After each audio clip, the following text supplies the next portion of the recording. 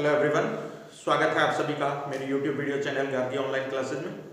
आज इस video lecture में हम कक्षा 12 की राजनीति विज्ञान का अध्याय नंबर 2 जो है, जिसका शीर्षक या टॉपिक रहेगा हमारे पास शक्ति, सत्ता और वैधता, इन तीनों शब्दों के बारे में हम डिटेल में डिस्कस करेंगे।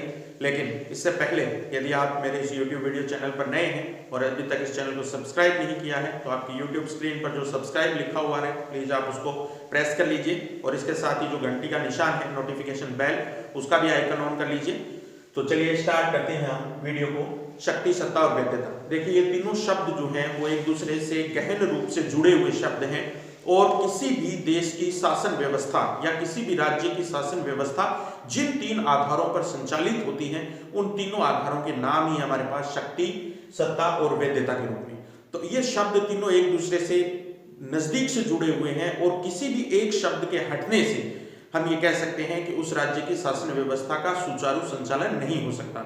तो किसी भी राज्य की शासन व्यवस्था जो है उन तीनों के लिए ये अपरिहार्य तत्व हैं, तीनों के तीनों, यानी कि उस शासन व्यवस्था में इन तीनों की मौजूदगी होना बहुत जरूरी है, तभी उस देश की शासन व्यवस्था सही रूप से संचालित हो पाएगी। तो वास्तव में ये तीनों शब्द हैं क्या, इनके अपने एक एक करके बात करते हैं। सबसे पहले हम देखते हैं शक्ति के रूप में। देखिए आप सामान्य अर्थ में अगर हम बात करें तो शक्ति हमारे पास क्या होती है, पावर जिसको हम बोलते हैं। तो एक वैज्ञानिक भाषा या एक सामान्य अर्थ में हम कहें तो कोई भी कार्य करने की हमारे अंदर जो क्षमता या योग्यता जो होती है उसको हम सामान्य रूप से बोलते हैं शक्ति। लेकिन यहाँ हमें वैज्ञानिक रूप में बात न करके राजनीति विज्ञान के दृष्टिकोण से बात करनी है कि शक्ति अपने आप में क्या होती है। तो शक्ति शब्द को समझने से पहले हमें एक और शब्द के ऊपर जाना पड़ेगा जिसका नाम है बल। नाम इसका भी आपने सुना है सभी को, इंग्लिश में हम इसको बोलेंगे फोर्स। बल जो है ये शक्ति का पूर्व रूप है अगर मैं कहूं तो, यानी कि शक्ति बनने से पहले की अवस्था जो होती है वो होती है हमारे पास बल के रूप में। बल जो है यही शक्ति में बदलता है, लेकिन कब बदलता है, उसकी परिस्थिति या उसकी सिचुएशन क्या होती है, पहले हमें इसको समझना पड़ेगा। देखिए ये शब्द जो है, अगर मैं ये कहूं कि बल जो है, जैसे सपोज कीजिए आप कि जैसे दिल्ली में अभी किसान आंदोलन चल रहा है, वहां बहुत सारे लाखों की संख्या में किसान इकट्ठा हो रखे हैं। तो अगर सामान्य तौर पर हम कहें तो उनकी भीड़ जो है उसके अंदर जो शक्ति है या उसके अंदर जो बल है वो तो बहुत अधिक है। उसके सामने यानी कि किसानों के सामने हमारे पास आंदोलन को नियंत्रित करने के लिए जो प्रशासनिक तंत्र खड़ा है वो है हमारे पास मान लो पुलिस के रूप में। तो किसानों के मुकाबले में पुलिस की क्षमता जो है या पुलिस का जो आकार है या उनकी संख्या जो है वो बहुत कम है। तो बल की दृष्टि से अगर मैं कहूं तो किसान जो है वो बहुत बड़े हैं और पुलिस जो है वो उनके सामने बहुत छोटी है। लेकिन जब बात व्यवहारिक रूप में आएगी, यानी कि जब दोनों का शक्ति प्रदर्शन की बात आएगी, तो मान लो किसानों के द्वारा अपनी बल का प्रयोग किया गया तो वो बल प्रयोग कानून की दृष्टि से या राज्य की दृष्टि से अवैध माना जाएगा, यानी कि वैध नहीं है। यानी कि किसानों को यह अधिकार प्राप्त नहीं है कि वो अपने बल का प्रयोग पुलिस प्रशासन के ऊपर कर सके। जबकि अगर हम बात करें यही बल का प्रयोग जब पुलिस के द्वारा किसानों को नियंत्रित करने के लिए किया जाएगा तो उसको सरकार वैध मानेगी, उसको किसी प्रकार से कोई चैलेंज नहीं है कि उन्होंने जो बल प्रयोग किया वो अपने आप में अवैध था, नहीं था। अब ये अंतर आया क्यों, अपने को इस बात को समझना है। तो देखिए किसानों के पास मैंने बताया कि बल का प्रयोग करने का अधिकार नहीं था। अधिकार नहीं होने के बावजूद जब उन्होंने अपनी बल का प्रयोग किया तो वो अवैध माना गया। लेकिन यही बल का प्रयोग जब पुलिस प्रशासन के द्वारा किया गया तो उसको वैध माना गया। इसके पीछे हमारे पास वजह ये बताई गई कि पुलिस को यह अधिकार था कि वो किसानों को नियंत्रित करने के लिए बल प्रयोग कर सकती है, चाहे आंसू गैस के गोले छोड़ सकती है, चाहे पानी के फुहारे छोड़ सकती है, चाहे लाठियों का प्रयोग भी कर सकती है। तो यहां मूल अंतर जो आया है वो आया है किसकी वजह से, अधिकार की वजह से। तो यही शब्द जो है वो बल को शक्ति में बदलने वाला शब्द है जिसको हम बोलते हैं अधिकार या राइट। अधिकार या राइट, यानी कि बल को जब कानूनी रूप से अधिकार प्रदान कर दिया जाता है तो वही बल किस में बदल जाता है, हमारे पास शक्ति के रूप में बदल जाता है। अब पुलिस के पास ये शक्ति है, किसानों के पास केवल क्या है, बल है। बल है इसलिए वो अवैध है, जबकि शक्ति जब बन जाएगी तो वो क्या बन जाएगी, वैध बन जाएगी, पुलिस उसका प्रयोग आसानी से कर सकती है। तो अब मैं समझूंगा कि आपको इन दोनों शब्दों के अर्थ समझ में आ गए होंगे। क्वेश्चन ये निकलता है छोटा कि बल और शक्ति में क्या अंतर है। तो हम यही कहेंगे कि अकेला बल जो है वो कभी भी वैध नहीं होता। कभी भी वैलिड नहीं होता, उसका प्रयोग जो है वो क्या माना जाएगा, अवैध माना जाएगा। लेकिन जब इसी बल को कानूनी रूप से अधिकार हम प्रदान कर देते हैं तो वही बल जो है वो किसमें बदल जाता है, शक्ति के रूप में बदल जाता है। और आपको ध्यान रखना है शक्ति का प्रयोग सामान्य तौर पर नहीं किया जाता है। पुलिस जब तक शक्ति का प्रयोग नहीं करेगी जब तक कि किसान अपने बल का प्रयोग सामने से नहीं करेगी। ठीक है, तो दोनों में अंतर यही है हमारे पास कि शक्ति जो है वो एक तरीके से छिपा हुआ बल है तो सही, पुलिस के पास भी वो बल है। हम बोलते हैं शब्दों में, व्यवहारिक रूप में ऐसा ही बोलते हैं, पुलिस बल तैनात किया गया है। तो बल तो उस पुलिस में भी है, लेकिन वो बल क्या है, छिपा हुआ है, प्रदर्शित नहीं हो रहा है। तब तक प्रदर्शित नहीं हो रहा है जब तक कि किसान अपने बल का प्रयोग नहीं कर रहे। तो एक उदाहरण के माध्यम से मैंने आपको बता दिया है। दो मूलभूत अंतर हम कह सकते हैं कि शक्ति जो होती है वो एक तरीके से छिपा हुआ बल होती है, इसलिए छिपा हुआ होती है उस चीज को हम हिंदी की भाषा में बोल सकते हैं अमूर्त, जो दिखाई नहीं दे रहा है हमें। जबकि बल जो है ये एक तरीके से प्रकट शक्ति होती है। देखो शब्दों का एक्सचेंज हुआ है आपस में, शब्द एक दूसरे में बदले गए। यहां शक्ति छिपा हुआ बल बोल रही थी, उस बल को यहां ले आए हैं, लेकिन वो बल क्या है, छिपा हुआ है। जबकि शक्ति जो है वो जब प्रकट हो जाती है तब क्या बन जाती है, बल बन जाती है। और इसको हम ये कह सकते हैं कि बल जो होता है वो क्या होता है, मूर्त रूप होता है। शक्ति का मूर्त रूप ही क्या कहलाता है, बल कहलाता है। जबकि छिपा हुआ बल जो है वो क्या कहलाती है, शक्ति कहलाती है। दूसरा अंतर हम ये कहेंगे कि बल जो है वो अवैध होता है, वैध नहीं होता है, उसमें अधिकार नहीं होता है। लेकिन जब उसी बल को अधिकार प्रदान कर दिया जाता है तो वो किसका रूप ले लेता है, शक्ति का रूप ले लेता है। तो बल और शक्ति का अर्थ, शाब्दिक अर्थ हमने समझ लिया है। अब इसी से जुड़ी हुई एक चीज अपनी और आगे बढ़ती है, तो वो चीज है हमारे पास सत्ता। सामान्य तौर पर अगर हम बात करेंगे तो आपको ये दोनों शब्द एक से लगेंगे, सत्ता और शक्ति, दोनों में अंतर नहीं लगेगा। लेकिन वास्तविक रूप से तत्व की दृष्टि से दोनों में अंतर है। अभी हम देख लेते हैं क्या अंतर है। देखिए, शक्ति जो है ये भी सत्ता में बदलती है। इंग्लिश में हम बोलेंगे अथॉरिटी, सत्ता को इंग्लिश में बोलेंगे अथॉरिटी, इसको बोलेंगे पावर। ठीक है, शक्ति को बोलेंगे पावर। तो अथॉरिटी जो है वो क्या है अपने आप में, पहले मैं ओनली आपको शब्दों के अर्थ समझा रहा हूं। शक्ति सत्ता में कब बदलती है, जैसे अधिकार ने बल को शक्ति में बदला था, उसी प्रकार से शक्ति को सत्ता में बदलने वाला जो तत्व है उसको हम नाम देते हैं वैधता।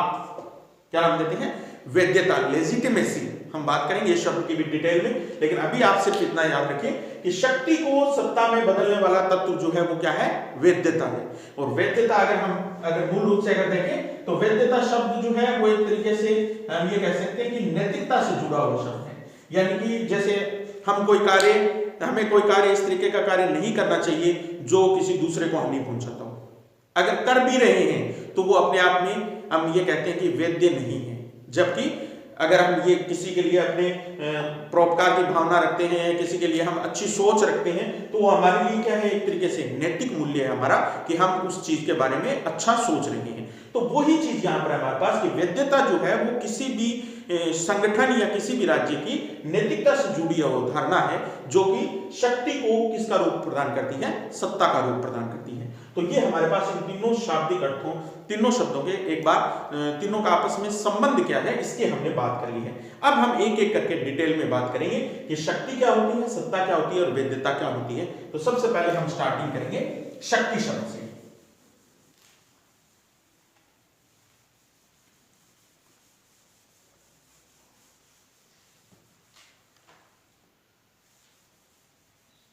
चलिए, शक्ति शब्द आया है हमारे पास। पहले तो हम ये देखते हैं कि थोड़ा सा हम ऐतिहासिक रूप में जाएंगे कि शक्ति क्या है और इसकी व्याख्या किस प्रकार से हुई है। इससे पहले शक्ति को मैं चार अर्थों में आपको स्पष्ट कर देता हूं। देखो, पहला शब्द हमने देख लिया है कि कार्य करने की योग्यता, कार्य करने की योग्यता या क्षमता जो है वो अपने आप में शक्ति है। तो ये तो किसी व्यक्ति के अंदर होगी, व्यक्तिगत होगी उसकी। दूसरा हम ये कह सकते हैं कि शक्ति किसी भी आदेश को प्रदान करने यानी कि आदेश को देने और उस आदेश का पालन करवाने की क्षमता है। आज्ञा पालन की क्या है, क्षमता है। यानी कि ये दूसरों के लिए होगी। आदेश हम किसके लिए देंगे, दूसरों के लिए देंगे, तो वो आदेश देना और दूसरों से उस आदेश की पालना करवाना, ये अपने आप में क्या होती है, शक्ति होती है। ठीक है। तीसरी बात, दूसरों पर नियंत्रण स्थापित करने की क्षमता, दूसरों पर नियंत्रण स्थापित करने की क्षमता भी अपने आप में क्या बोली जाएगी, शक्ति बोली जाएगी। चौथी रूप में हम बात करें निर्णय लेने की क्षमता, निर्णय लेने की क्षमता यह भी अपने आप में क्या बोली जाएगी, शक्ति बोली जाएगी। तो हम देख रहे हैं कार्य करने की योग्यता, यानी कि खुद व्यक्ति स्वयं अगर कोई कार्य करता है तो उसकी क्षमता जो है वो भी अपने आप में शक्ति है। दूसरों से कार्य करवाना, उनको आदेश देना, उस आदेश का पालन करवाना, आज्ञा पालन करवाना, यह भी अपने आप में क्या है, शक्ति है। दूसरों पर नियंत्रण क्षमता, नियंत्रण स्थापित करने की क्षमता, यह भी अपने आप में क्या है, शक्ति है। और किसी भी कार्य को करने का निर्णय लेने की क्षमता जिस व्यक्ति में होती है उसको भी हम क्या बोलेंगे, शक्तिशाली व्यक्ति बोलेंगे, या उसके अंदर भी हम बोलेंगे कि उसमें शक्ति है उस कार्य को करने की। तो ये अपने आप में शाब्दिक अर्थ स्पष्ट करता है। आपसे अगर पूछे कि शक्ति क्या है, शक्ति को आप कैसे परिभाषित करेंगे, तो हम इस रूप में इसको परिभाषित कर सकते हैं। ये चारों पॉइंट हम लिख सकते हैं कि खुद कार्य करने की क्षमता, दूसरों से कार्य करवाने की क्षमता, यानी कि दूसरों पर नियंत्रण स्थापित करने की क्षमता, या मैं ये भी कह सकता हूं कि किसी भी दूसरे के व्यवहार को प्रभावित करने की क्षमता जो होती है, कोई भी दूसरा व्यक्ति है उसके व्यवहार या उसका जो आचरण है उसको नियंत्रित करना या उसको अपने अनुकूल बनाने की क्षमता जो होती है वो भी अपने आप में क्या होती है, शक्ति होती है। तो ये इसका एक शाब्दिक अर्थ रह गया है, समझ लिया हमने सामान्य सा। अब इस रूप में इसकी अलग अलग दार्शनिक और जो राजनीतिज्ञ हुए हैं उनके द्वारा अलग अलग प्रकार से व्याख्या की गई है शक्ति शब्द की। तो शक्ति शब्द को सबसे पहले राजनीति विज्ञान में जो लेकर आने वाले जो व्यक्ति हैं उनको हम नाम बोलते हैं थॉमस हॉब्स के नाम से। इंग्लैंड के बहुत बड़े दार्शनिक थे ये, थॉमस हॉब्स के नाम से। और इन्होंने अपनी एक पुस्तक लिखी जिसका नाम था लेवियथन। लेवियथन, ये बुक आपको नाम याद रखना है इसका। लेवियथन बुक जो है उसके अंदर सबसे पहले थॉमस हॉब्स जो थे उसने ये बताया कि राजनीति विज्ञान और शक्ति या राज्य और उसकी शक्ति ये एक दूसरे से बहुत निकट से जुड़े हुए, क्योंकि राज्य शब्द की उत्पत्ति जब हुई थी तो उस राज्य शब्द की उत्पत्ति को समझाने के लिए उस समय के जो महत्वपूर्ण दार्शनिक जो होते थे, मनोवैज्ञानिक और दार्शनिक दोनों थे, उन्होंने इसकी अलग अलग प्रकार से व्याख्याएं की थी। तो उन्हीं सिद्धांतों में से एक सिद्धांत थॉमस हॉब्स के द्वारा दिया गया था अपनी पुस्तक लेवियथन के अंदर, और उसमें उन्होंने सबसे पहले राज्य की शक्ति के बारे में अपने विचार व्यक्त किए थे। तो पहले तो ये हुए। इसके बाद में भी बहुत सारे और प्रकार के दार्शनिक हुए हैं जिनमें आपको कुछ एक नाम याद रखने हैं। इंग्लैंड से ही थे, मेरियम के नाम से। और इसके बाद में एक महत्वपूर्ण नाम आता है हमारे पास लासवेल के नाम से। लासवेल के नाम से, लासवेल जो है इसने एक पुस्तक लिखी थी पॉलिटिक्स, आपको नाम याद रखना है इसका पुस्तक का, who gets what when how. Politics, who gets what when how, ये पुस्तक जो है इसके अंदर भी इसने बताया कि राजनीति विज्ञान और शक्ति ये एक दूसरे से बहुत ज्यादा निकट से जुड़े हुए दोनों शब्द हैं, यानी कि दोनों एक दूसरे के अनुपूरक या पूरक शब्द हैं हमारे पास। इसके बाद में हम बात करें लासवेल। लासवेल के बाद में कैटलिन। कैटलिन ये भी एक महत्वपूर्ण दार्शनिक हुए हैं जिन्होंने शक्ति के बारे में बताया था। और इन्होंने तो पॉलिटिकल साइंस जो है, राजनीतिक विज्ञान जो है, उसको शक्ति का विज्ञान नाम दिया। पॉलिटिकल साइंस जो है वो किसका विज्ञान है, शक्ति का विज्ञान है। यानी पूरी जो पॉलिटिकल साइंस है वो किस पर टिकी हुई है, एक ही शब्द पर टिकी हुई है, और वो शब्द कौन सा है, शक्ति है, पावर है। ठीक। इसके बाद में हम बात करें तो एक दार्शनिक की और बात कर लेते हैं अपने, मैकाइवर। मैकाइवर मैकाइवर जो है इसने अपनी एक पुस्तक लिखी है द वेव ऑफ गवर्नमेंट के नाम से। द वेव ऑफ गवर्नमेंट के नाम से, द वेव ऑफ गवर्नमेंट। ये पुस्तकों के नाम कई बार आ सकते हैं, छोटे क्वेश्चन 1 नंबर में पूछे जा सकते हैं कि थॉमस हॉब्स की पुस्तक का नाम क्या था जिसमें उन्होंने शक्ति की व्याख्या की थी, या मैकाइवर की पुस्तक का नाम क्या था, या कैटलिन की पुस्तक का नाम क्या था, लासवेल की पुस्तक के नाम के बारे में पूछा जा सकता है। तो ये महत्वपूर्ण बुक्स थी जिनके बारे में, शक्ति के बारे में इन्होंने अपने अपने विचार दिए थे। तो मैकाइवर जो है इसने ये परिभाषा दी थी कि शक्ति जो है किसी भी दूसरे व्यक्ति से कार्य करवाने या किसी भी दूसरे व्यक्ति को आदेश का पालन करवाने के लिए होती है। ठीक है। तो शक्ति को दूसरे व्यक्तियों से आदेश देने, उनसे कार्य करवाने और उसका आज्ञा पालन करवाने की शक्ति जो है वही अपने आप में क्या है, राज्य की शक्ति है। ठीक। तो ये मैकाइवर की परिभाषा है हमारे पास। और भी आप बुक में से 1-2 मुख्य जो दार्शनिक है उनके बारे में आप और कर सकते हो, महत्वपूर्ण नाम मैंने यहाँ लिख दी है, थॉमस हॉब्स, मैरियम, ग्लासवेल, कैटलिन और मैकाइवर के रूप में है, जिन्होंने अलग अलग प्रकार से व्याख्याएं दी हैं। इसी में एक नाम और आप देख सकते हो, आर्गेन्स्की, ये भी एक इंग्लैंड के ही दार्शनिक हुए हैं। इन्होंने व्यवहार की दृष्टि से शक्ति की परिभाषा दी है कि दूसरों के व्यवहार को अपने अनुकूल या अपने अनुसार प्रभावित करने की क्षमता जो होती है, अपने अनुसार प्रभावित करने की क्षमता जो है, वो ही अपने आप में क्या होती है, शक्ति होती है। तो ये मुख्य मुख्य व्याख्याकार हैं, यानी कि शक्ति शब्द को समझाने के लिए मुख्य दार्शनिक कौन कौन से हुए, उनके बारे में हमने बात कर ली है। तो हमने अभी तक बल शब्द क्या होता है, शक्ति शब्द क्या होता है, शक्ति शब्द की व्याख्या करने वाले मुख्य व्याख्याकार कौन कौन हुए हैं, उनके बारे में हमने बात कर ली है। अब शक्ति से एक बहुत निकट से जुड़ा हुआ शब्द और है, उसके बारे में हम बात करते हैं।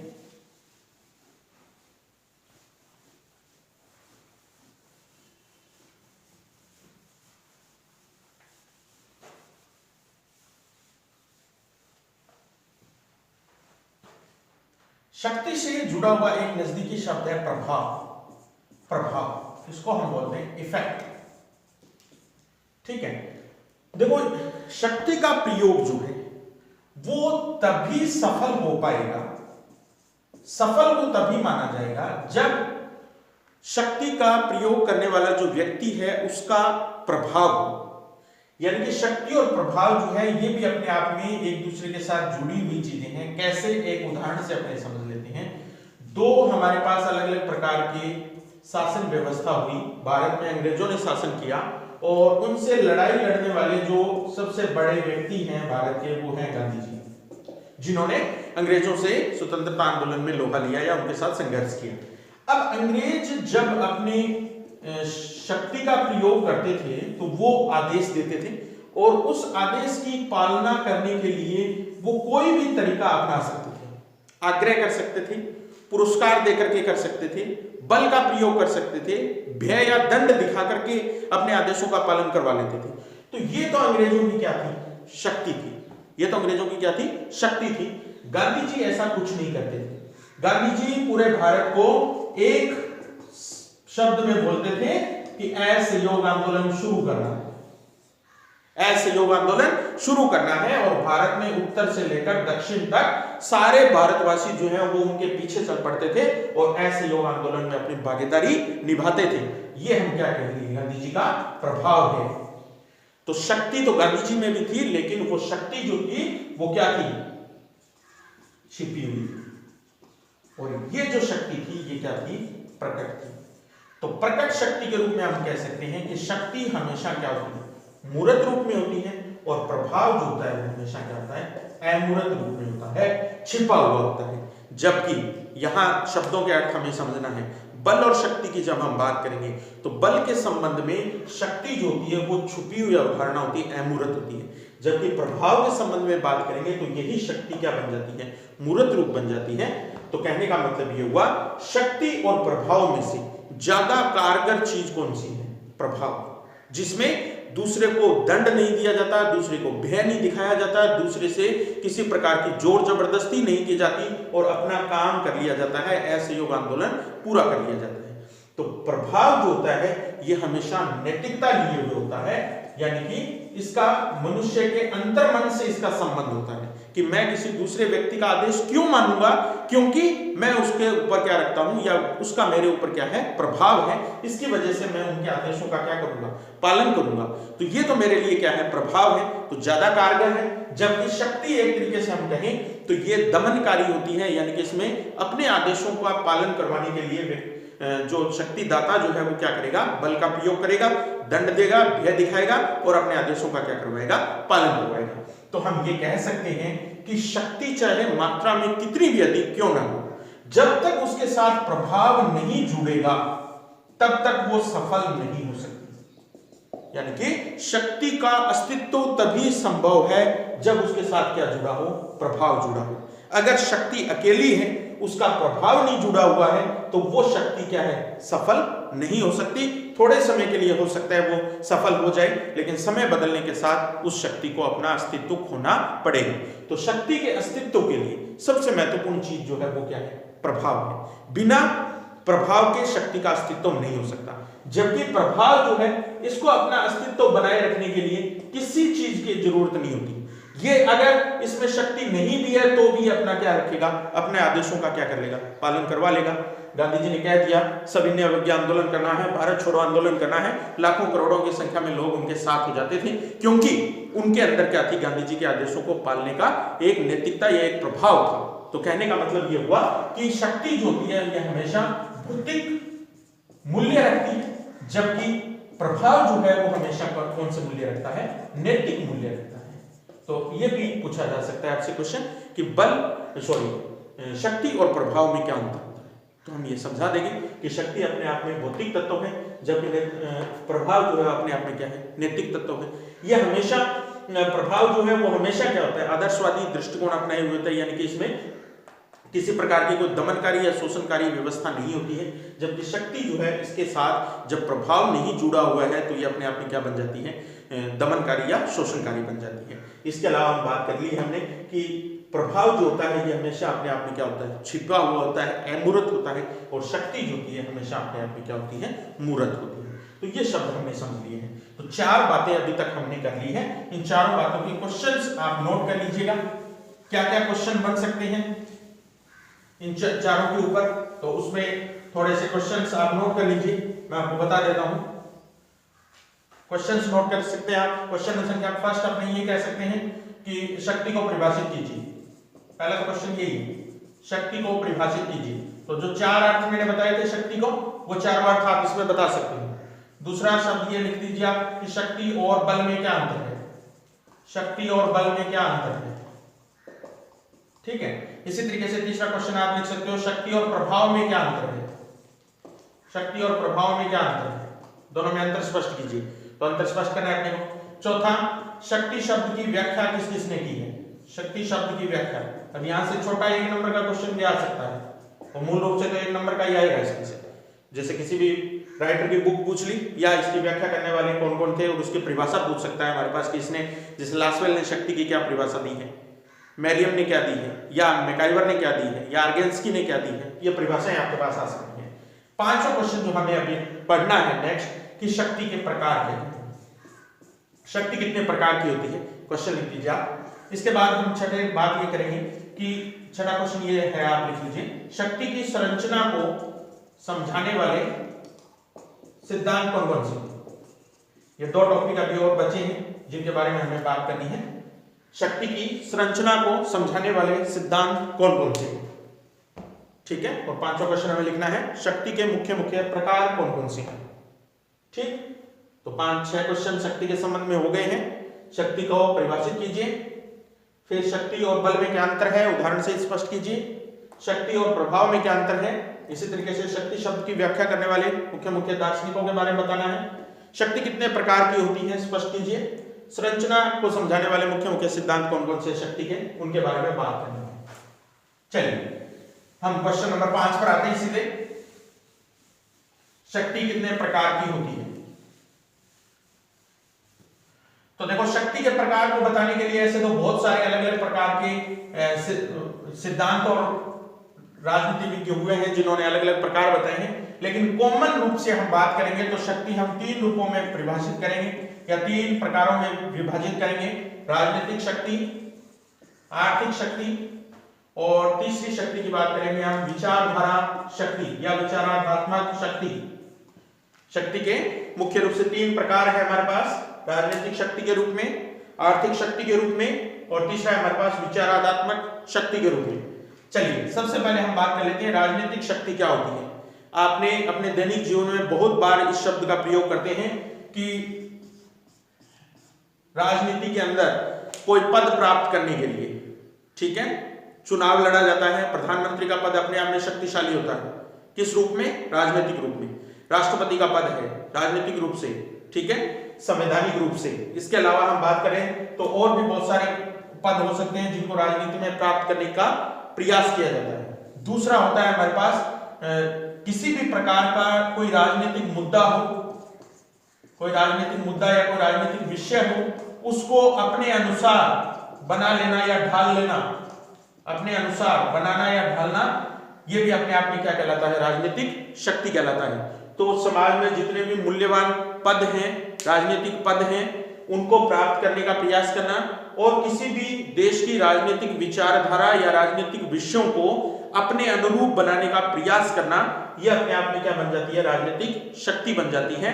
और इन विषयों या इन पदों को प्राप्त करने के हमारे पास दो प्रकार के साधन हैं, दो प्रकार के साधन हैं। एक को हम बोलते हैं औपचारिक साधन, औपचारिक, और दूसरे हमारे पास अनौपचारिक संस्थाएं। औपचारिक से हमारा मतलब यह है कि जिनकी व्याख्या लिखित रूप में की हुई है, जो हमारे पास लिखित रूप में मौजूद है कि कोई राजनीतिक शक्ति का कोई भी संस्था जो है वो किस रूप में कार्य करेगी, उसके नियम कायदे क्या होंगे, वो सारे अगर लिखित रूप में हमारे पास है तो वो सारी औपचारिक रूप है। और कुछ ऐसी चीजें होती हैं जो हमारे पास व्यवहार में आ जाती हैं, उनका कहीं लिखित रूप में उनके कोई नियम कायदे कानून नहीं होते, तो वो अनौपचारिक संस्थाएं होती हैं। औपचारिक संस्थाओं के रूप में हमारे पास लोकतंत्र के तीनों स्तंभ यहां आते हैं, कार्यपालिका, विधायिका, संसद जिसको हम भारत में बोलते हैं, इसके अलावा तीसरा हमारे पास है न्यायपालिका। ये तीनों अपने आप में औपचारिक संस्थाएं हैं राजनीतिक शक्ति को प्राप्त करने की या राजनीतिक शक्ति को प्रदर्शित करने की। अनौपचारिक संस्थाएं भी हो सकती है आपके पास। अनौपचारिक संस्थाओं में हम कह सकते हैं जैसे जितने भी राजनीतिक दल हैं हमारे पास, पॉलिटिकल पार्टी, बीजेपी, कांग्रेस, है ना, बसपा, जितने भी प्रकार के दल हैं, ये सारे राजनीतिक दल लिखित रूप में कहीं भी इनके नियम कानून कायदे नहीं है, ये राजनीतिक शक्ति को प्राप्त करने के अनौपचारिक साधन हैं। इसी अलावा हम बात कर सकते हैं दबाव समूह। राजनीति के अंदर कई प्रकार के दबाव समूह भी कार्य करते हैं, जैसे मजदूरों का संगठन है, मान लो मजदूर संगठन, उसने अपनी हड़ताल कर ली तो वो अपने आप में एक दबाव समूह के रूप में काम कर रहा है, जो देश के राजनीतिक विषयों को अपने अनुसार बदलवाने की क्षमता रखता है। जैसे अभी दिल्ली में आंदोलन चल रहा है, किसान आंदोलन, तो किसानों का भी अपने आप में क्या एक संगठन है, वो संगठन किस रूप में काम कर रहा है, दबाव समूह के रूप में काम कर रहा है, और सरकार की नीतियों को अपने अनुसार परिवर्तित करने की उसमें भी क्या है, क्षमता है। तो ये भी हमारे पास हो सकते हैं राजनीतिक दल, दबाव समूह, सिविल सोसाइटी, ये भी हमारे पास एक महत्वपूर्ण है, वो है अनौपचारिक साधन है, किसी भी देश की राजनीतिक विचारधारा को बदलवाने या बदलने का कार्य करने वाला। तो ये हमारे पास राजनीतिक शक्ति को प्राप्त करने के दो अलग अलग प्रकार के साधन हुए हैं। तो कई बार यहाँ से क्वेश्चन आ सकता है, राजनीतिक शक्ति को प्राप्त करने के औपचारिक साधनों के नाम लिखिए, या राजनीतिक शक्ति को प्राप्त करने के अनौपचारिक साधन कौन कौन से हैं, इसकी बात करनी है हमने। चलिए दूसरे हमारे पास है आर्थिक शक्ति। आर्थिक से हमारा मतलब ये रहेगा कि धन प्राप्ति के लिए, धन की प्राप्ति के लिए या आय की प्राप्ति के लिए जितने भी उत्पादन के साधन हैं देश के पास, चाहे जमीन है, जल है, पेड़ पौधे हैं, कोई भी संसाधन है, संसाधन से मतलब हमारा पास यही है जो हमारे उपयोग में आ सकता है, कोई भी ऐसी वस्तु वो संसाधन है। तो देश के आर्थिक जितने भी संसाधन हैं, जितने भी धन या उत्पादन के साधन हैं, उनके ऊपर स्वामित्व या उनके ऊपर मालिकाना हक स्थापित कर लेना, यह अपने आप में क्या बन जाता है, आर्थिक शक्ति बन जाता है। तो जिस व्यक्ति के पास या जिस समूह के पास आर्थिक संसाधन ज्यादा होते हैं, वो किसी भी देश की राजनीतिक व्यवस्था को प्रभावित करता है। जैसे भारत में कुछ एक ऐसे नाम हैं, धीरूभाई अंबानी, अंबानी समूह का नाम आपने सुना है, टाटा समूह का नाम आपने सुना है, ठीक है, बिड़ला समूह का नाम आपने सुना है। ये भारत के वो राजघराने हैं या भारत के वो पूंजीपति वर्ग हैं जिनके पास बहुत अधिक पैसा है, जिनके पास धन और उत्पादन के साधनों की कोई कमी नहीं है। तो ये आर्थिक शक्ति प्राप्त किए हुए समूह हैं। लेकिन जब आर्थिक समूह या आर्थिक शक्ति प्राप्त करने वाला समूह राजनीतिक रूप से किसी भी देश की नीतियों को प्रभावित करता है, तो ये दोनों में आपस में किस प्रकार का संबंध है, यानी कि आर्थिक शक्ति और राजनीतिक शक्ति, इन दोनों में किस प्रकार का संबंध होता है, इसको लेकर हमारे पास दो प्रकार की अलग अलग विचारधाराएं हैं। दो प्रकार की विचारधाराएं हैं। इनमें एक विचारधारा जो है उसको हम बोलते हैं उदारवाद के नाम से, और दूसरी जो विचारधारा होती है उसको हम बोलते हैं मार्क्सवाद के नाम से, मार्क्सवाद के नाम से। उदारवाद और मार्क्सवाद। उदारवाद ये मानता है कि किसी भी देश की आर्थिक शक्ति और राजनीतिक शक्ति एक दूसरे से जुड़ी हुई तो जरूर होती है, लेकिन ऐसा नहीं होता कि किसी भी देश की आर्थिक शक्ति जो है वो 100% राजनीतिक शक्ति को नियंत्रित करती हो। यानी कि किसी भी देश की राजनीतिक शक्ति को प्रभावित करने वाला केवल एक आर्थिक कारक ही नहीं होता। आर्थिक कारक के साथ साथ अन्य कारक भी होते हैं जो किसी भी देश की राजनीतिक शक्ति को क्या करते हैं, प्रभावित करते हैं। आर्थिक के अलावा बहुत सारे हो सकते हैं, सामाजिक कारक हो सकते हैं, किसी भी देश के प्रभावित करने वाले सांस्कृतिक कारक हो सकते हैं, सामाजिक कारक हो सकते हैं, बहुत सारे कारक हो सकते हैं। आर्थिक कारक भी उनमें एक महत्वपूर्ण कारक होता है। उदारवाद तो ये मानता है, जबकि मार्क्सवाद जो है वो ये मानता है कि किसी भी देश की राजनीतिक शक्ति केवल एक ही चीज पर टिकी होती है और वो होती है कौन सी, आर्थिक शक्ति। यानी कि आर्थिक शक्ति 100% क्या होती है, राजनीतिक शक्ति होती है। जिस समूह के पास सबसे ज्यादा आर्थिक शक्ति होगी वही समूह राजनीतिक रूप से सबसे ज्यादा क्या होगा, शक्तिशाली होगा। तो कार्ल मार्क्स के सिद्धांतों पर आधारित सोवियत संघ जो पहले था, जिसमें इस प्रकार की विचारधारा थी कि संपूर्ण देश की शासन व्यवस्था को नियंत्रित करने वाला वर्ग कौन है, जो आर्थिक रूप से क्या है, शक्तिशाली है, वही उस देश की क्या चलाएगा, राजनीतिक शक्ति को चलाएगा या उस देश की राजनीतिक शक्ति को प्राप्त करेगा। तो ये दूसरे प्रकार की शक्ति हमारे पास कौन सी, आर्थिक शक्ति। तीसरे प्रकार की शक्ति को समझने का हम प्रयास करते हैं, जिसका नाम है हमारे पास विचारधारा के रूप में प्राप्त होने वाली शक्ति, जिसको हम विचारात्मक शक्ति या विचारधारा शक्ति के नाम से बोलते हैं। सबसे पहले हम ये देखते हैं कि विचारधारा क्या होती है। देखो, विचारधारा जो है वो जब उत्पन्न होती है तो कुछ लोगों का एक दृष्टिकोण होती है, कुछ लोगों का एक क्या होती है, दृष्टिकोण होती है। जैसे समाज में कुछ लोग ऐसे थे जिन्होंने ये सोचा कि ये जितने भी आर्थिक रूप से मजबूत जो लोग हैं ये गरीबों का शोषण करते हैं, कमजोर जो वर्ग है उसका क्या करते हैं, शोषण करते हैं। ठीक है, ये एक सामान्य विचारधारा बन गई कुछ लोगों की। अब ये विचारधारा बढ़ते बढ़ते बढ़ते बढ़ते इस रूप में आ गई कि उस क्षेत्र में रहने वाले बहुत सारे लोग जो हैं वो इस विचारधारा के अनुयायी बन गए, अनुयायी बन गए, फॉलोवर्स बन गए उसके। अब ये विचारधारा क्या होगी, उस समय के दौरान मान लो 15 साल 20 साल जब तक ये समूह प्रभावी रहेगा तब तक ये विचारधारा जो है वो शक्तिशाली रहेगी। यानी कि उस क्षेत्र विशेष के लोगों का शासन जो है वो उस रूप में चलेगा जैसा इस विचारधारा का दृष्टिकोण है। तो विचारधारा जो है वो लोगों का एक दृष्टिकोण होता है और उनके दृष्टिकोण के हिसाब से जब शासन व्यवस्था चलती है तो वो शक्ति कहलाती है उन लोगों की विचारात्मक शक्ति। ऐसे बहुत से उदाहरण हैं हमारे पास। हम बात करते हैं मार्क्सवाद के नाम पर पूर्व सोवियत संघ में हमने एक शब्द पढ़े आगे, साम्यवाद के रूप में, साम्यवाद के रूप में। तो ये वर्ग क्या मानता था कि आर्थिक रूप से जो मजबूत वर्ग है जिसको बुजुर्गा वर्ग कहा जाता था वो शासक के रूप में है, और वो क्या करते हैं, कमजोर वर्ग जो है, सर्वहारा जो समूह है उसका क्या करते हैं, शोषण करते हैं।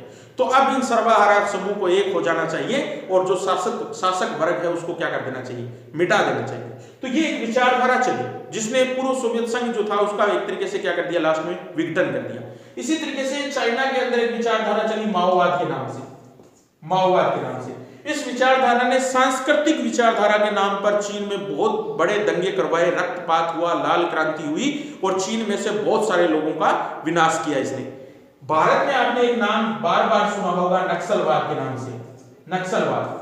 ये नक्सलवाद भी क्या है, एक तरीके से माओवाद से प्रेरित विचारधारा है जो ये मानती है कि छत्तीसगढ़, झारखंड, पश्चिमी बंगाल, उड़ीसा, इन राज्यों के अंदर रहने वाले जो गरीब हैं उनका क्या कर रहे हैं, आर्थिक रूप से मजबूत लोग क्या कर रहे हैं, शोषण कर रहे हैं। इसलिए इन आर्थिक लोगों को क्या किया जाना चाहिए, हटाया जाना चाहिए। तो इस प्रकार से ये विचारधारा जब कुछ समय के लिए स्थायी रहती है या अस्तित्व में रहती है तब तक तो बहुत अच्छी लगती है, लेकिन जैसे जैसे इस विचारधारा का प्रभाव कम होने लगता है तब ये जो कुछ लोग जो थे जिन्होंने इस विचारधारा को शुरू किया था इनको आपत्ति होनी शुरू हो जाती है और फिर ये अपनी विचारधारा को बनाए रखने के लिए एक नया मार्ग अपना लेते हैं और वो मार्ग कौन सा है, हिंसा, मार काट की व्यवस्था। यानी कि इस विचारधारा को आगे भी जारी रखने या रखवाने के लिए ये किसका सहारा लेते हैं, हिंसा का सहारा लेते हैं। तो ये शक्ति जो है वो अपने आप में होती जरूर है लेकिन अवैध रूप में हम कहें तो मुख्य रूप से शक्ति जो है राज्य की या देश की वो दो ही रूपों में काम करती है, राजनीतिक शक्ति के रूप में और दूसरी हमारे पास है आर्थिक शक्ति के रूप में। विचारधारा की शक्ति जो है वो पॉजिटिव और नेगेटिव सकारात्मक और नकारात्मक दोनों रूपों में पाई जा सकती है। जब सकारात्मक रूप में होती है तो ये देश की राजनीतिक और आर्थिक शक्ति को मजबूत करती है, जबकि जब यही विचारधारा की शक्ति ऋणात्मक या नकारात्मक रूप में होती है तब किसी भी देश की शासन व्यवस्था यानी कि राजनीतिक शक्ति और आर्थिक शक्ति इन दोनों को क्या करती है, कमजोर करने का कार्य करती है। तो ये हमारे पास रहेंगे शक्ति के मुख्य रूप से तीन प्रकार। राजनीतिक शक्ति के रूप में जिसमें हमारे पास दो अलग अलग संस्थाएं हैं, औपचारिक संस्थाएं और अनौपचारिक संस्थाएं। इसी प्रकार से आर्थिक शक्ति जिसमें आर्थिक शक्ति जो है वो प्रभावित करती है किसको, राजनीतिक शक्ति को, और इन दोनों के बीच आपसी संबंधों को लेकर हमारे पास दो विचारधाराएं हैं, जिनमें पहली विचारधारा हमने देखी उदारवाद के रूप में और दूसरी हमने देखी साम्यवाद के रूप में, और इसके बाद में हमारे पास मार्क्सवाद के रूप में, सॉरी, और दूसरा हमने देखा है तीसरी शक्ति जो है वो है विचारात्मक शक्ति के रूप में, जो ज्यादातर कैसी होती है, हिंसाकारी होती है। ठीक, अब हमारे पास लास्ट टॉपिक बचता है शक्ति के संबंध में कि शक्ति की संरचना किस प्रकार की होती है। शक्ति की संरचना, तो देखो शक्ति की संरचना को समझाने के लिए हमारे पास अलग अलग प्रकार के सिद्धांत हैं, जिनमें चार महत्वपूर्ण सिद्धांत हैं जिनके हमें एक एक करके बात करनी है। पहला सिद्धांत है वर्ग संघर्ष का सिद्धांत। वर्ग संघर्ष का सिद्धांत, ठीक है। देखो शक्ति शब्द जब हम बात करेंगे तो हमें एक चीज ध्यान रखनी है कि शक्ति कभी भी एक पक्षीय नहीं होती, ये क्या होती है, द्विपक्षीय होती है। इसके दो पक्ष होते हैं। शक्ति के कितने पक्ष होते हैं, दो। कौन से, एक तो वो पक्ष होता है जो शासन करता है, जो शासन करता है, जिसके पास शक्ति ज्यादा है, जिसको अपने शासक वर्ग बोलते हैं, और दूसरा हमारे पास होता है कौन सा, शासित वर्ग, जिसके ऊपर शासन चलाया जाता है, या अपने ये कहें एक राजा है और दूसरा क्या है, उसकी प्रजा है। तो शक्ति का संबंध हमेशा दो पक्षों से होता है, द्विपक्षीय होता है। तो ये जो जितने भी सिद्धांत हम बात करेंगे ये सारे कैसे हैं, द्विपक्षीय सिद्धांत है, जिनमें दो पक्ष हैं, एक शासन चलाने वाला यानी कि शासक, और दूसरा जिनके ऊपर शासन चलाया जा रहा है यानी कि शासित वर्ग। ठीक, चलिए हम बात कर लेते हैं वर्ग संघर्ष सिद्धांत की। तो ये सिद्धांत जो है ये मार्क्सवाद की देन है, कार्ल मार्क्स के सिद्धांतों पर आधारित है, और कैसा है, मार्क्सवाद पर आधारित। ये कहता है शक्ति जो है उसकी संरचना दो वर्गों से मिलकर बनी है। पहला वर्ग जो है वो है शासक वर्ग के रूप में, जिसको ये बोल रहे हैं बुजुर्गा वर्ग के रूप में, बुजुर्गा, जो बड़े जमींदार वर्ग है, जिनके पास बहुत सारे जमीनें हैं, उत्पादन के साधन बहुत अधिक है, धन बहुत अधिक है, सारी व्यवस्था पर इन्होंने क्या कर रखा है, नियंत्रण कर रखा है, शासन चला रहे हैं। इनको नाम दिया इसने बुजुर्गा वर्ग का। और दूसरा जो हमारे पास समूह है वो कमजोर समूह है, गरीब समूह है, जिसको शासित समूह बोलते हैं, या मार्क्सवाद की अवधारणा में उसको बोला जाता है सर्वहारा समूह के रूप में।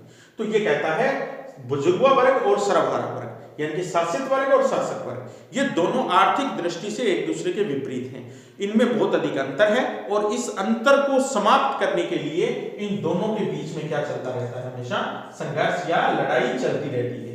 और जिसमें जब सर्वहारा वर्ग इस लड़ाई या इस संघर्ष में जीत जाता है तो वो शासक वर्ग के ऊपर अपना क्या कर लेता है, स्थायित्व या अपना आधिपत्य स्थापित कर लेता है, और उस देश की शासन व्यवस्था क्या हो जाती है, बदल जाती है, बुजुर्गा वर्ग से किसमें चली जाती है, सर्वहारा समूह के अंदर चली जाती है। तो शक्ति मुख्य रूप से दो वर्गों का संघर्ष है, ये कहता है, एक वर्ग बुजुर्गा वर्ग और दूसरा कौन सा हमारे पास सर्वहारा वर्ग। और मूल रूप से ये वर्ग संघर्ष का सिद्धांत किसकी देन है, मार्क्सवाद की देन। आपको बस इतना याद रखना है। चलिए इसके बाद हम बात करते हैं दूसरा सिद्धांत, जिसको बोलते हैं विशिष्ट वर्ग का सिद्धांत।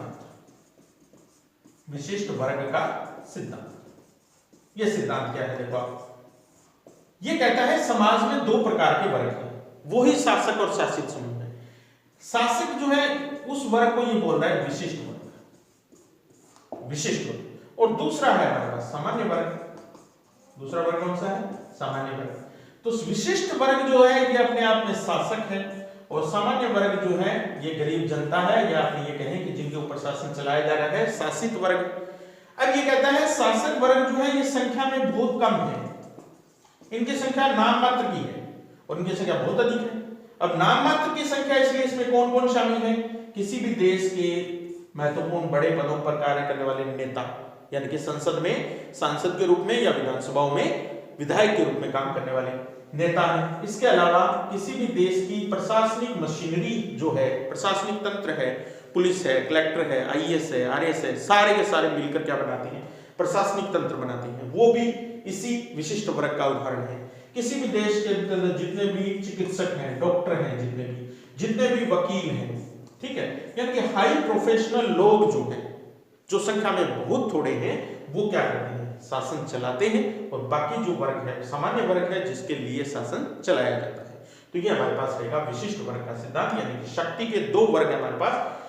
शासन चलाने वाले लोग मुट्ठी भर होते हैं, बहुत थोड़े होते हैं, और ये अपने आप में क्या बन जाते हैं, शासक। विशिष्ट वर्ग का सिद्धांत। ठीक, चलिए तीसरे सिद्धांत की हम बात करते हैं। इस सिद्धांत को बोलते हैं नारीवादी सिद्धांत। नारीवादी सिद्धांत। अब ये सिद्धांत क्या है, नारीवादी सिद्धांत क्या है? देखो नाम से स्पष्ट है, नारी, नारी का मतलब लैंगिक आधार पर शक्ति के दो वर्ग बने हुए हैं समाज में। इसमें आर्थिक आधार नहीं है, सामाजिक आधार नहीं है, केवल कौन सा आधार है, लैंगिक आधार। यानी कि लैंगिक आधार के आधार पर दो वर्ग हैं समाज में, पुरुष वर्ग और महिला वर्ग। अब ये कहता है जितनी भी शक्ति है वो सारी किसमें निहित है, पुरुषों में निहित है। तो पुरुष प्रभावी समाज है, शक्ति की दृष्टि से पुरुष वर्ग जो है लैंगिक दृष्टि से वो ज्यादा शक्तिशाली है, और किसके ऊपर शासन करता है, एक तरीके से महिलाओं के ऊपर शासन करता है। लेकिन ये सिद्धांत पूरी तरीके से सही सिद्धांतों में नहीं आता है। चौथा सिद्धांत जो है उसको हम बोलते हैं बहुलवादी सिद्धांत। चौथा सिद्धांत कौन सा है, बहुलवादी सिद्धांत। अब ये बहुल का मतलब बहुत सारे, ठीक है। तो ये इन तीनों सिद्धांतों का एक तरीके से मिक्सअप कह सकते हैं।